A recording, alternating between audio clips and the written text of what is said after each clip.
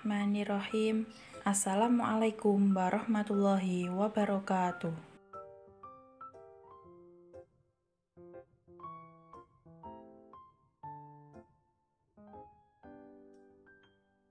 Yang terhormat Ibu Dewi Fitrotus Sa'diyah MEI selaku dosen pembimbing pada mata kuliah perbandingan sistem ekonomi serta teman-teman yang saya banggakan. Pada kesempatan kali ini, kami akan membawakan materi mengenai konsep dasar sistem ekonomi. Kami dari kelompok 1 yang beranggotakan saya Junita Sari dan Titik Srinila. Saya dan teman saya akan memaparkan materi mengenai konsep dasar sistem ekonomi.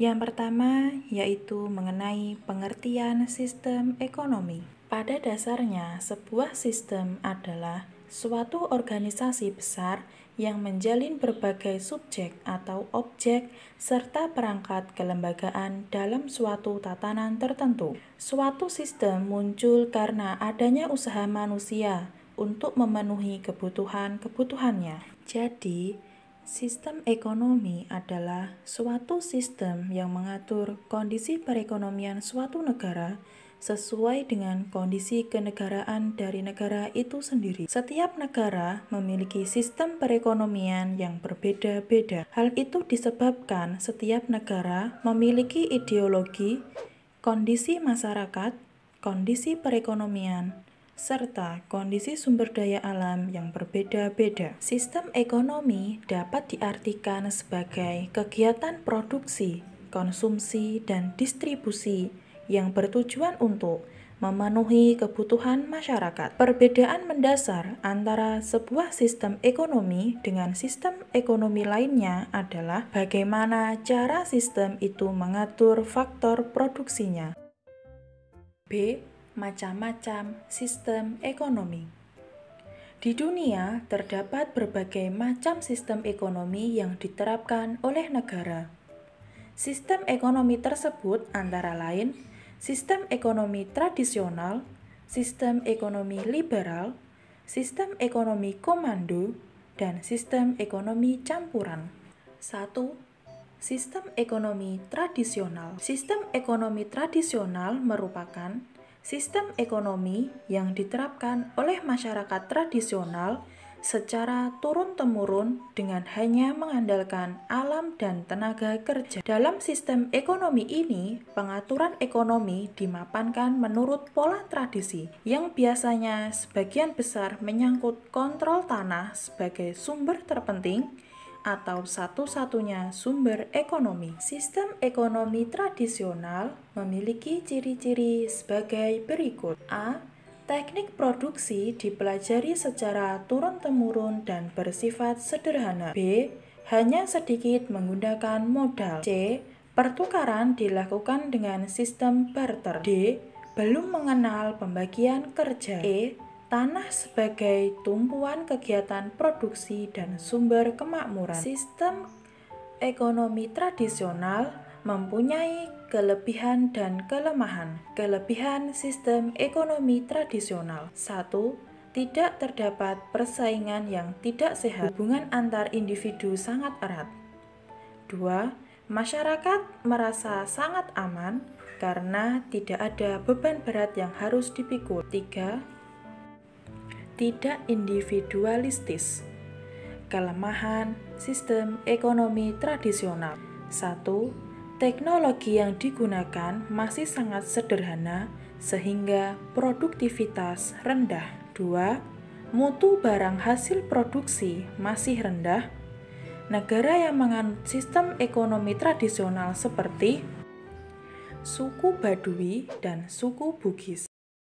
Saya Titik Srinila yang akan menyambung materi selanjutnya mengenai sistem ekonomi pasar. Sistem ekonomi pasar adalah suatu sistem ekonomi di mana seluruh kegiatan ekonomi mulai dari produksi, distribusi, dan konsumsi diserahkan sepenuhnya kepada mekanisme pasar. Sistem ekonomi pasar memiliki ciri-ciri diantaranya sebagai berikut. 1. Setiap orang bebas memiliki barang, termasuk barang modal. 2. Setiap orang bebas menggunakan barang dan jasa yang dimilikinya. 3. Aktivitas ekonomi ditujukan untuk memperoleh laba atau keuntungan. 4. Semua aktivitas ekonomi dilaksanakan oleh masyarakat. 5. Pemerintah tidak melakukan intervensi dalam pasar. 6. Persaingan dilakukan secara bebas. 7. Peranan modal sangat vital. Sistem ekonomi pasar memiliki kelebihan, di antaranya 1.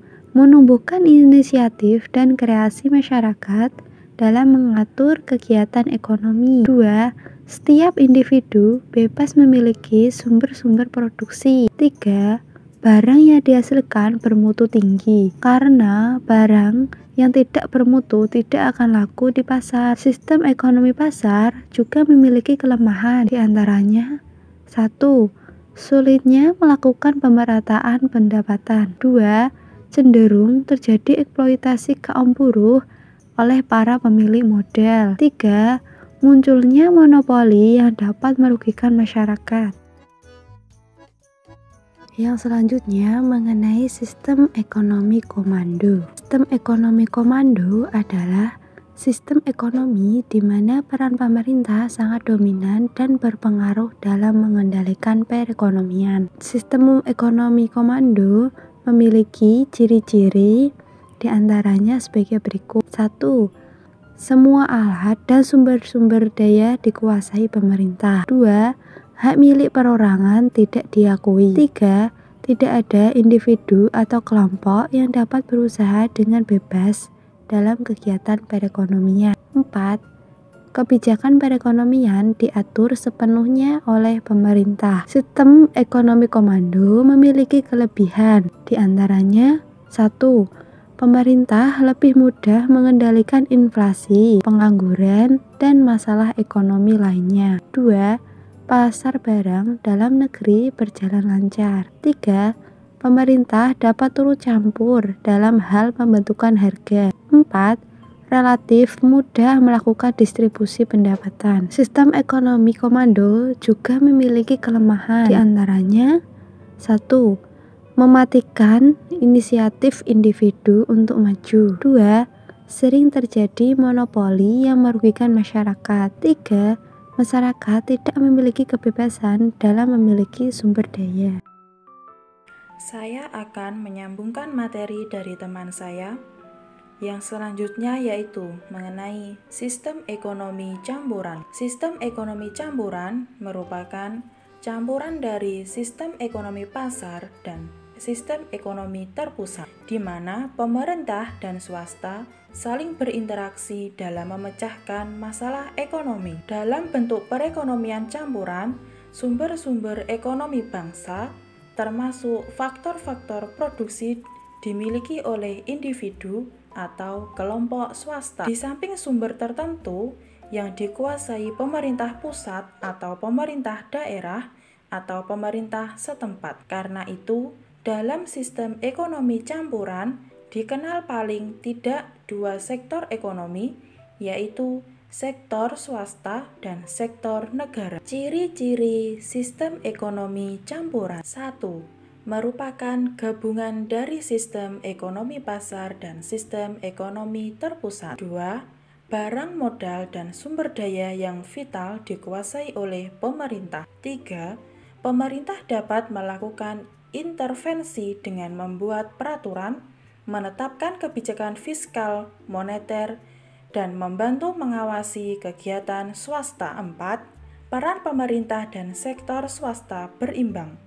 Penerapan sistem ekonomi campuran akan mengurangi berbagai kelemahan, dan sistem ekonomi pasar dan komando ditujukan untuk meningkatkan kesejahteraan rakyat. Di dalam sistem ekonomi campuran terdapat kelebihan dan kelemahan. Kelebihan sistem ekonomi campuran. 1. Kebebasan berusaha atau memiliki pekerjaan. 2. Ekonomi disusun dengan asas kekeluargaan. 3. Hak individu berdasarkan sumber produksi walaupun ada batas. lebih mementingkan kepentingan umum daripada kepentingan pribadi. Kelemahan sistem ekonomi campuran. 1. Beban pemerintah lebih besar daripada beban swasta. Persaingan bebas tanpa batas. 3. Pihak swasta kurang memaksimalkan keuntungan. Konsep sistem ekonomi. Sistem ekonomi merupakan keseluruhan dari berbagai institusi ekonomi yang berlaku di suatu perekonomian untuk mengatur bagaimana sumber daya ekonomi yang terdapat di perekonomian tersebut didayagunakan untuk memenuhi kebutuhan masyarakatnya. Berbagai institusi ekonomi ini mengatur bagaimana dibuatnya keputusan yang menyangkut hal-hal ekonomi dan bagaimana sumber daya ekonomi dikelola agar dapat memenuhi kebutuhan masyarakat. Berbagai institusi ekonomi ini dapat berupa peraturan perundang-undangan ataupun kebiasaan yang berlaku di masyarakat tersebut dalam penggunaan sumber daya ekonominya untuk memenuhi kebutuhan masyarakatnya. Sistem ekonomi Indonesia meskipun secara de jure tetap dinamakan sistem demokrasi Indonesia dan juga dinamakan sistem ekonomi Pancasila, secara de facto telah bergerak ke kanan dan dalam spektrum sistem ekonomi. Suatu hal yang juga perlu dicatat adalah walaupun dapat terbentuk berbagai sistem ekonomi yang berbeda, setiap dan semua sistem ekonomi tersebut tidak dapat menghindarkan diri dari berbagai kaidah yang berlaku di ilmu ekonomi. Saya akan menyambung materi selanjutnya mengenai metode pendekatan sistem ekonomi. Metode pendekatan sistemi terbagi menjadi dua. 1. Ekonomi positif, 2. Ekonomi normatif. Pertama, dibahas dulu tentang ekonomi positif. Ekonomi positif adalah pendekatan ekonomi yang mempelajari berbagai perilaku dan proses bekerjanya aktivitas ekonomi tanpa menggunakan suatu pandangan subjektif untuk menyatakan bahwa sesuatu itu baik atau jelek dari sudut pandang ekonomi. Misalnya, jika harga barang turun, maka permintaan akan barang tersebut akan naik. Lalu, dalam ekonomi positif dibagi menjadi dua macam. Yang pertama, ekonomi deskriptif yang menggambarkan fenomena-fenomena ekonomi yang ada dengan fakta-fakta ekonomi berdasarkan data ekonomi yang diterbitkan oleh lembaga statistik atau Badan Pusat Statistik atau biasa disebut dengan BPS. Misalnya, dari BPS kita dapat mengetahui jumlah dan peningkatan angka pengangguran di Indonesia. Selanjutnya, yang kedua, ekonomi teori yang menggambaran yang luas dari ekonomi positif, yaitu tidak hanya berdasarkan fakta, tetapi bisa menjelaskan dan menginterpretasikan berbagai peristiwa ekonomi berdasarkan teori-teori ekonomi yang ada. Misalnya, dengan teori permintaan, kita dapat menganalisis permintaan terhadap suatu barang berdasarkan data dari permintaan dari harga barang tersebut. Selanjutnya, metode kedua dari pendekatan sistem ekonomi adalah ekonomi normatif. Ekonomi normatif adalah pendekatan ekonomi dalam mempelajari perilaku ekonomi yang terjadi dengan mencoba memberikan penilaian baik atau buruk berdasarkan pertimbangan kira-kira atau subjektif.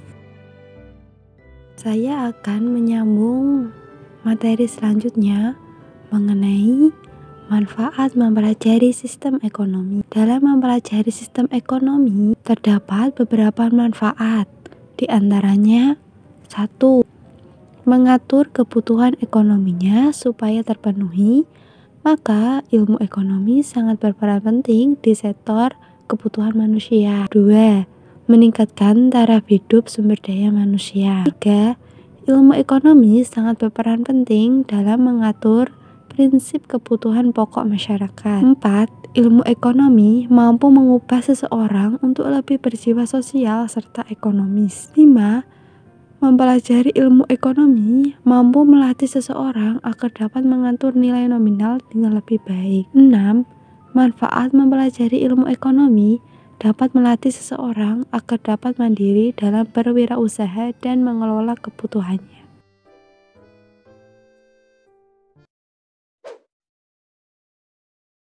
Demikianlah hasil pemaparan materi yang telah kelompok kami sampaikan. Mohon maaf apabila terdapat kesalahan kata dalam pengucapan.